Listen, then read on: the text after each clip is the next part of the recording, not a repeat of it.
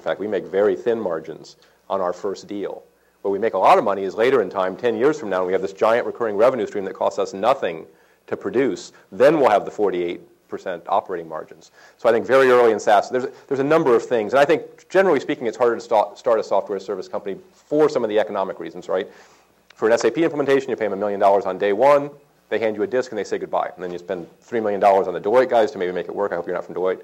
And then, 2 years later, it all works. With NetSuite, it doesn't work that way. If it's $1 million deal, you pay me $100,000 on year one, and I have the same amount of work. So there's more cost up front. So I had to build a business model to address that far lower margin existence early in my life. And so now we are profitable. Salesforce is profitable. You're starting to see some of those things.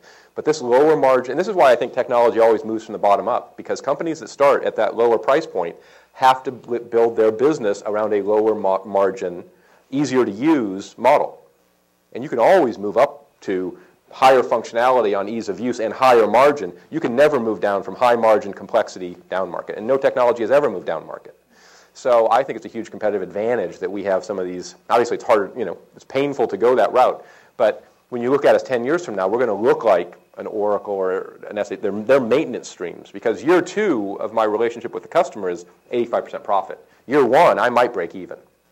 But the other guys who I'm competing against, that's the antithesis of their business model. They have to make 50 points day 1. I'm going to kill them every time. My business model is much more convenient. Do you end up, as looking at this thing, one of the things that we're talking about is that, and this gets into what you're just talking about, is that if you are a super convenient sort of player, and you're basically got a big market at very low margins, and the pressure on you is going to be, as somebody who runs a company, to increase the margins and essentially climb up that Fidelity thing. Mm-hmm. Right. At what point is it a mistake to keep going up market? Up market, up in Fidelity, because it's actually not your brand. It's not what it's not what you do. It's starting to create a whole different kind of product than what you're actually started out doing. Yeah, it's a good question, and we do struggle with it a bit, and I think you look at it from a business model standpoint. It's quite frankly as hard to sell a $100,000 transaction as it is to sell a $10,000 transaction, right? And it's hard to implement both of those. So at some point you have to look at the marketplace and say, where is the sweet spot for the complexity of what we do and the complexity of the problem we solve? The way that we've done it, in terms of determining how we move up our market, I shouldn't really say this on camera, but we kind of call them accidental verticals. People that came to us for either fidelity or convenience reasons in droves, right? So we've seen natural verticals in the NetSuite customer base. Wholesale distribution is a natural vertical for us. There's a lot I could go into the reasons why, but it is. Services companies are a second natural vertical. They come to us. And high-tech companies come to us in droves. So what we've done, and it's, again, this notion of an accidental vertical, is we listen to customer input, we add more features and functions for those 3 types of companies, and we move up market because we add those features and functions. We can address the needs of larger and larger companies. Mm-hmm. So the accidental vertical concept, combined with then listening to customers and adding the features they need to run their business more efficiently, drags us up market in the right way, I think. Mm-hmm. We don't go out and say, financial services isn't a huge NetSuite vertical, so we don't, even though an MBA would say that's the market, or would have said it 3 years ago, that's the market to go after, they have all the money, we never went after it because they didn't come to us for our product was neither convenient nor high fidelity for them. Yeah. Right. Okay. You got any others out there? You got one here.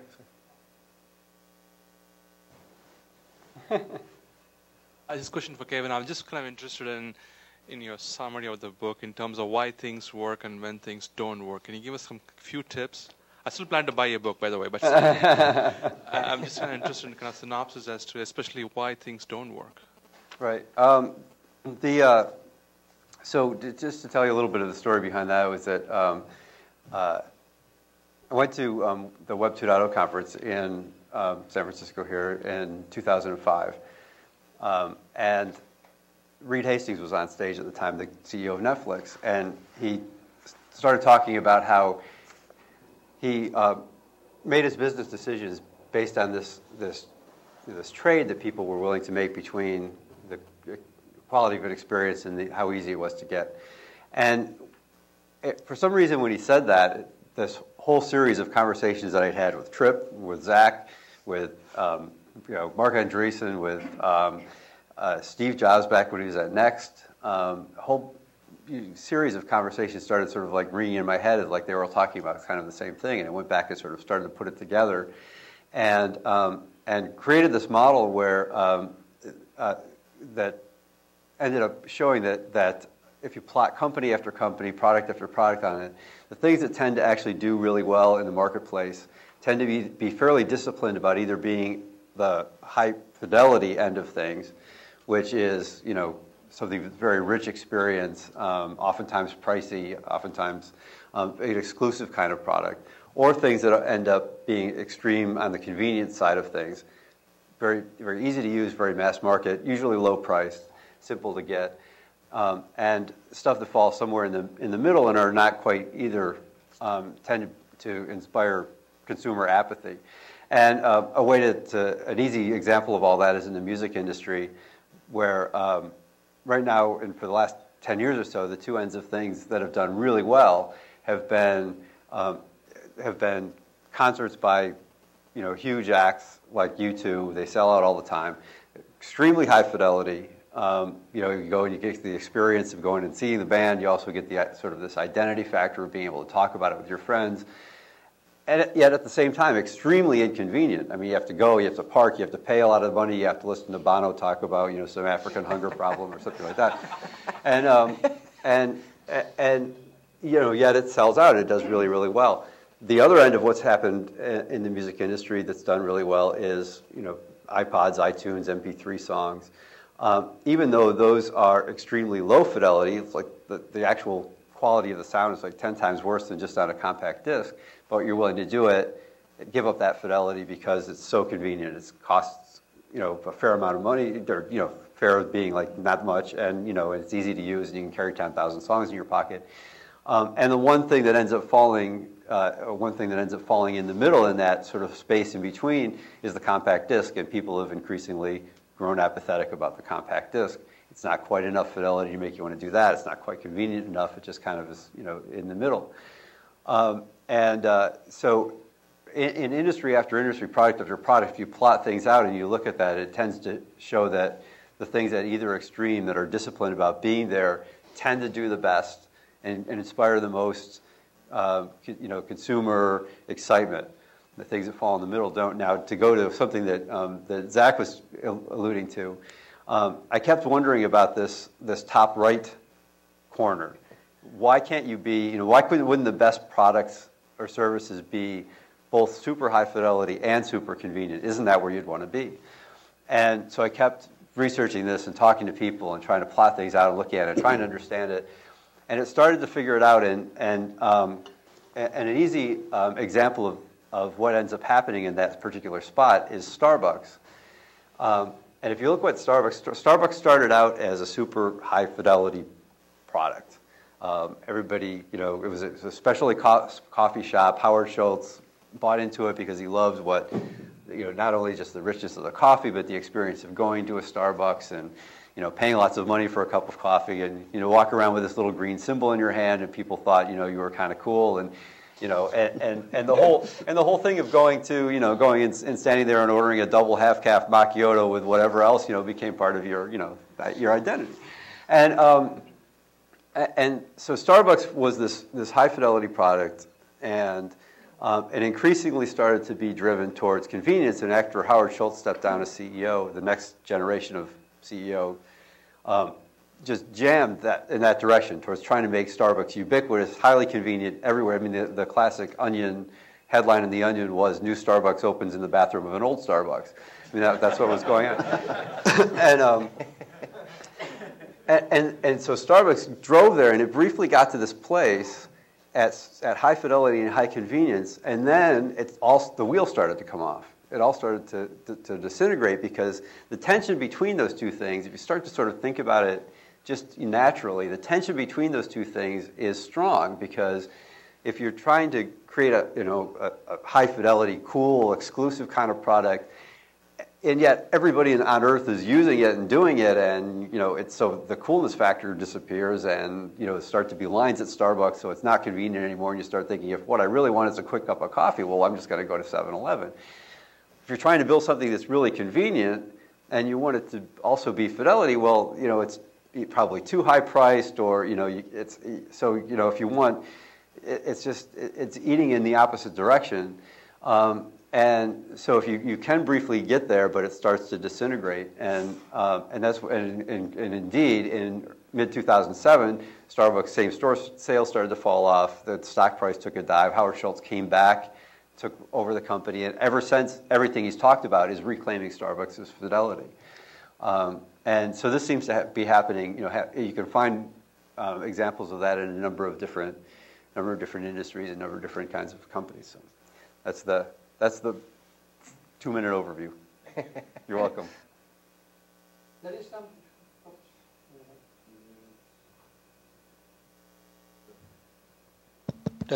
Yeah, there is something which is looks like something new and cool. All these recommendation engines that we are using, they are based on past experience, what you have done, browsed, bought, and so forth. There is a game changer coming. Suppose that you are shopping around in a store, and you get to a PDA, a recommendation that you should buy this product or not buy this product because it does fit your genome or it doesn't fit your genome. So it's based not on what you have done before, but what you are. Think about it. So getting product recommendations based on your DNA. Exactly. Aha. I don't know. What do you guys think about that? Sounds pretty cool. I don't think I want to know that much about myself. I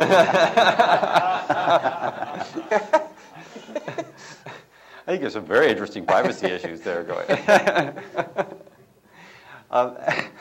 Anyone else? Yes, sir. Trip, what is the future of the console game makers, and are we going to start seeing them move into social gaming, selling virtual goods, free-to-play model, etc.? Yeah, I think the game industry is undergoing a tremendous change, and there are a lot of companies going with the flow on these new changes. I think Apple and Nintendo in the last 5 years have probably been the most innovative big companies I've ever seen in my life. And Nintendo kind of repotted themselves, and the more established companies in the console business, starting with Sony, since Sony got kind of they got kind of bushwhacked on what happened with the PlayStation 3, they've really got to make this shift. But of course, as is often the case, the bigger companies have a harder time. They have to go through stages of denial. They have more to lose in terms of starting to disconnect themselves from a belief in what the traditional market used to do. And I think one of the reasons why I have the separation is that there's just feature creep. So the person who's looking for the highest level experience, they're going to start, even if they're not already there, they'll start asking for more features, and that just can go on for so long that you just end up with this gulf separating the people that are really interested in that, really capable of that, and everybody else. Particularly if it's a technology-driven field. And just most people just can't handle that much of it. I mean, I'm thinking about environments like Second Life, where it's almost like there's this subset of people in Second Life that are really industrialists, and they know how to use all the tools in Second Life to build things, and then everybody else wants to just be a consumer. It's almost like that kind of a divide. So in the game industry, you got your hardcore gamers. They don't represent a very high percentage of the world's population, but now you have everybody else is comfortable getting involved in games if it's a means to an end. I mean, the hardcore gamer just wanted to play a game. Whereas everybody, they want to use the game as a way of starting a conversation and being in contact with people. That's a much bigger idea. Yes, Al? Yeah. Oh, I'm sorry. I'm supposed to let the microphone people run up. Yeah. So Alpha. Yeah. Wait. There you go. Alpha with Microsoft, and of course, clearly, I like to believe that we have both high fidelity as well as convenient products. That's a problem. I mean, you got to read this book. Read the book. To Zach's point, I was just wondering about that maybe I should skip a chapter. And I am hosting a Tupperware party too. Windows 7 party at Alpha's house. Let's go. That's right. But, I find this conversation really interesting, and I was racking my brain because to kind of go back to my psychology class during my undergrad years, and the notion of satisficing, the satisficing with a C, the notion of good enough. And it kind of like this conversation sort of reminds me of that. And I'm starting to think about use situations. So when do you pick convenience? When do you pick quality, as it relates to software development? And obviously, web-based software is the perfect example of people, choosing convenience over quality. But it would be great if you guys could, comment on that. Like, do you worry about convenience and quality when you're choosing a mate, or I'm just joking. But That's a whole new book. In fact, that's going to be a book collection. Situations as it relates to technology, that would be great. The last part of it just totally threw me off. I think you can choose a mate for convenience and quality, though. I don't think you haven't covered that in your book, but I think that's okay. I think all software is going to be delivered conveniently. I mean, I don't think there's, at least in my mind, there's no doubt that everybody's going to deliver software over the internet, right? And more software is going to be delivered that way. So I think the convenience factor is going to be table stakes to actually be in the software business. So that is a differentiator for companies like NetSuite, and so it's all going to go away. So I think at the end of the day, the Fidelity argument is going to be the big argument in software. And again, it depends on what kind of software you're making, what the fidelity issues are. A game is very different than an ERP application, and the person using the ERP application has different expectations and those kinds of things. But I think it's going to come down largely to fidelity. Yeah, I think this tension is always going to be with us. Part of the whole argument around convenience is you want technologies to get smaller. They get smaller, or they go wireless. Now you have memory constraints and processing constraints and battery constraints and bandwidth constraints. And just an example from the iPhone: if you download an app on the iPhone, if it's more than 10 megabytes in size, AT&T won't let you use their network. So a friend will tell you, "Oh, you got to check this out." Okay, great. Boom, I'm going to try it. I can't do it, and then it slips your mind. You never remember to do it later. It's a fairly big difference. I've already seen applications on the iPhone that are hundreds of megabytes in size. They're not convenient on the iPhone. You could increase the memory capacity and the network speed by an order of magnitude, and somebody would make things that are just 10 times bigger than what's already there. So I think the software is always going to get bigger in relationship to network speed and compute power and memory. You're just always going to have this tension. Yeah. One of the things about talking about this too that you have to keep in mind is that that trade-off and what's fidelity or what's convenience or whatever is different for different people or different groups of people, and it's not just one thing that works for everybody. And so, like a simple thing in gaming would be if you're talking to, and it actually helps you decide. I think it could actually help you decide who it is that you market to. So if you in gaming, the kinds of people who are really into gaming and really hardcore gamers, they're going to think that the latest console super game is like the high fidelity thing, and maybe having a handheld version of that is their version of convenience, and something that's like a simple social game that that Trip's making might not even appeal to them at all. To them, it might be one of those things that they wouldn't even consider.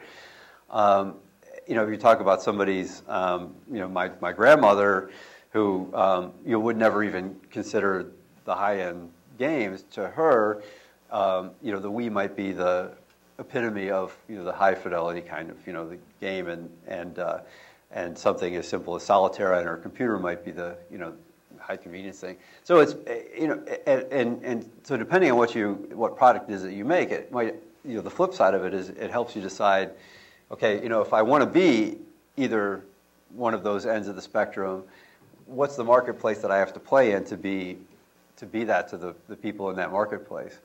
And it's going to vary by age. It's going to vary by demographic. It could vary by the size of a business or the kind of industry people are in. In Zach's case, it certainly is going to vary by geography too. Some others. Oh, got one here. So So I was just going to ask you about sort of customization and personalization, and I guess you sort of answered the question, which is that convenience is not, coming down to the lowest common denominator or a common this thing, but maybe the next stage is customization for different classes of customers. Is that part of your premise or thesis as well? Yeah, well, it is certainly part of it that there are that the trade-off varies for different sectors or different kinds of people or different population groups. So part of the decision is who am I playing to, and if I'm going to play to that particular market, where do I have to be either one end or the other of that, and So, and if to one group of people, it might look very different than to a different group of people. Or, to talk about, Zach's version of increasingly customizing products. In his case, he's looking at it the other way and saying, if I'm going to play to this group of people, what do I have to build to, be the super convenient product or the super fidelity product for that group of people? Yes? So, how do you, I guess,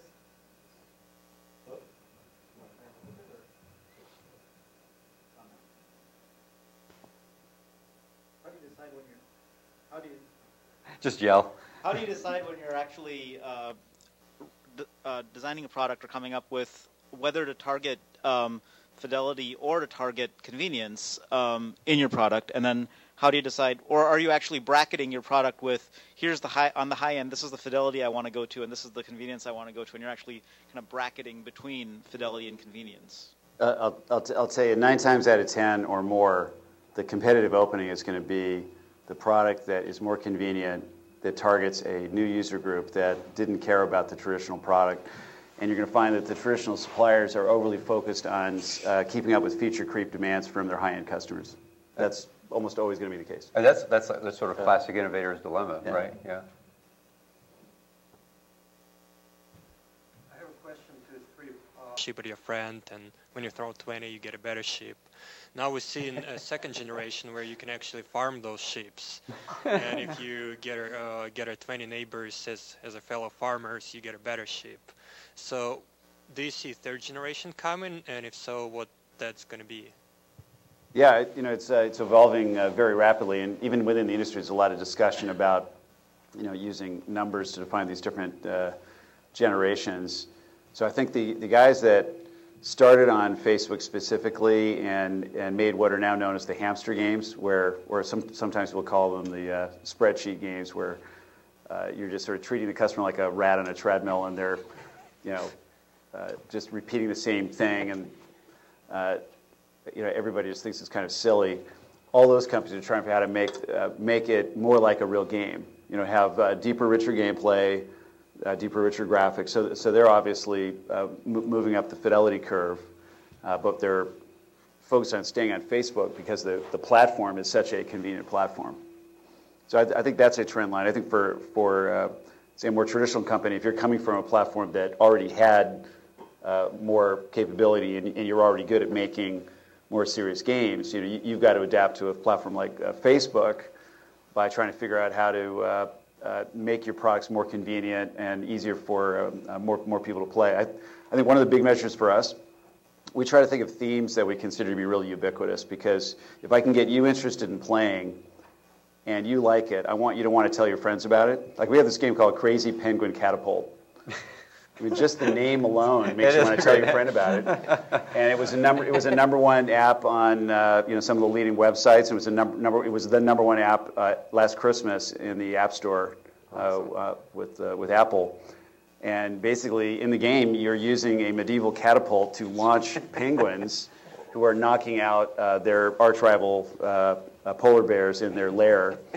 And people just thought it was hilarious. So if you've got something that has that kind of ubiquity where, yeah, this is it's funny and anybody can relate to this, and you also know that your friends can handle it, then you're going to tell more friends about it. And if the product is actually designed where you're involving your friends in the game and you're sharing and competing and doing things in a social context, that's the kind of new way of thinking about gaming that's becoming a much bigger deal. And you have to let go of the fidelity. You have to reduce the number of features, because if you don't do that, you're going to alienate way too many people. And even the gamer will look and go, yeah, I'm not going to tell very many of my friends about this because I know they can't handle it, and then they'll blame me. So I'll lose social value if I tell them about this. It's really got to be things that you believe your friends can handle. Something else for you to add to some of your Oh, products? I was absolutely thinking about that. For the AR clerk, once they get that receivable, they can launch a penguin. They can or launch a something. penguin. It would make it much more entertaining.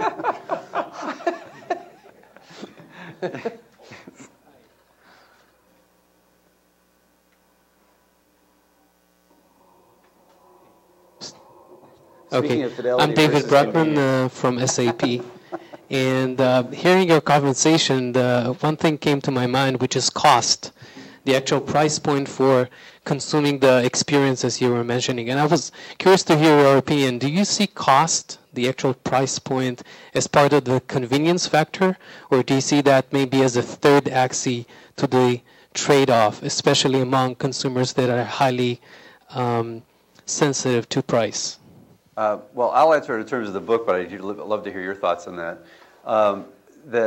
So to me, cost is a factor in convenience, because if something costs less, it's naturally more convenient for more people to get.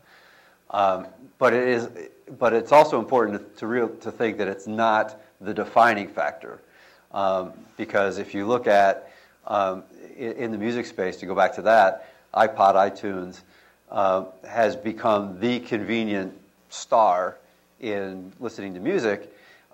It's not necessarily the lowest cost. I mean, you could probably buy a cheaper MP3 player. You could probably buy songs somewhere for less than 99 cents a song.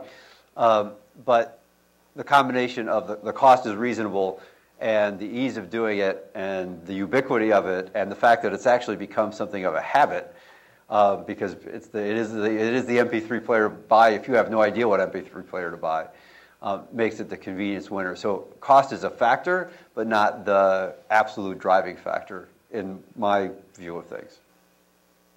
Yeah, I would just modify that slightly, because I think it is somewhat more of a third axis, only from the standpoint that we see regular examples of people spending a whole lot of money and over-consuming just because it's convenient to do so. Mm-hmm. Again, we see that behavior with games. So it's not always as logical as you might think in terms of the price-demand relationship. Yeah, I think I would imagine reading the book that cost tends to be on the convenience side of the scale, but looking at the iTunes example that you used, where they're able to command a premium price, perhaps over free, basically. So definitely a premium price. There is, I think, consumers, while they may not consciously decide this, and certainly corporations, it is a conscious decision. There's a time factor involved in this. Right. And it's much easier to go to iTunes and download something than go search the web and pick up a virus. And so all that time, I think that imbues value into that. And I think that the time saving is a cost saving, even though they pay more money for it. And that's similar, I think, in enterprise software. You can do things more efficiently, more quickly. You'll actually pay a little bit more for it than you might have if you got it cheaper and had to struggle through it. So I don't think it's necessarily always plays to the low end of the convenience scale. I think we probably have time for just one more. Yeah, we're there. We're about looking at Karen. What's that? Yeah, okay. I have to admit I haven't read the book, so maybe you cover this in there. But it's only been out for 2 weeks, so I'll forgive you this time. I promise I will. I was wondering if you could talk at all about the hurdles or the issues around people adopting healthcare solutions, healthcare IT, or any of the issues around security, and I'm not sure if that fits in as a fidelity or a convenience factor, but personal comfort with providing their healthcare information. I'm not sure I have a great answer. The only thing I can say or will say is that one of the things that strikes me, and I mentioned a little bit about this in the book, and, is that one of the things that's happened in the U.S. healthcare industry is that there is no convenient version of healthcare. It's all high fidelity. It's all high cost. It's all it's all up there, and there tends to be, there seems to tend to be a natural tension in any industry that there's high fidelity players or there's high convenience players, or versions of those two products. In healthcare, there isn't. No, yeah, but that's just healthcare information. I mean, that's not actually getting care.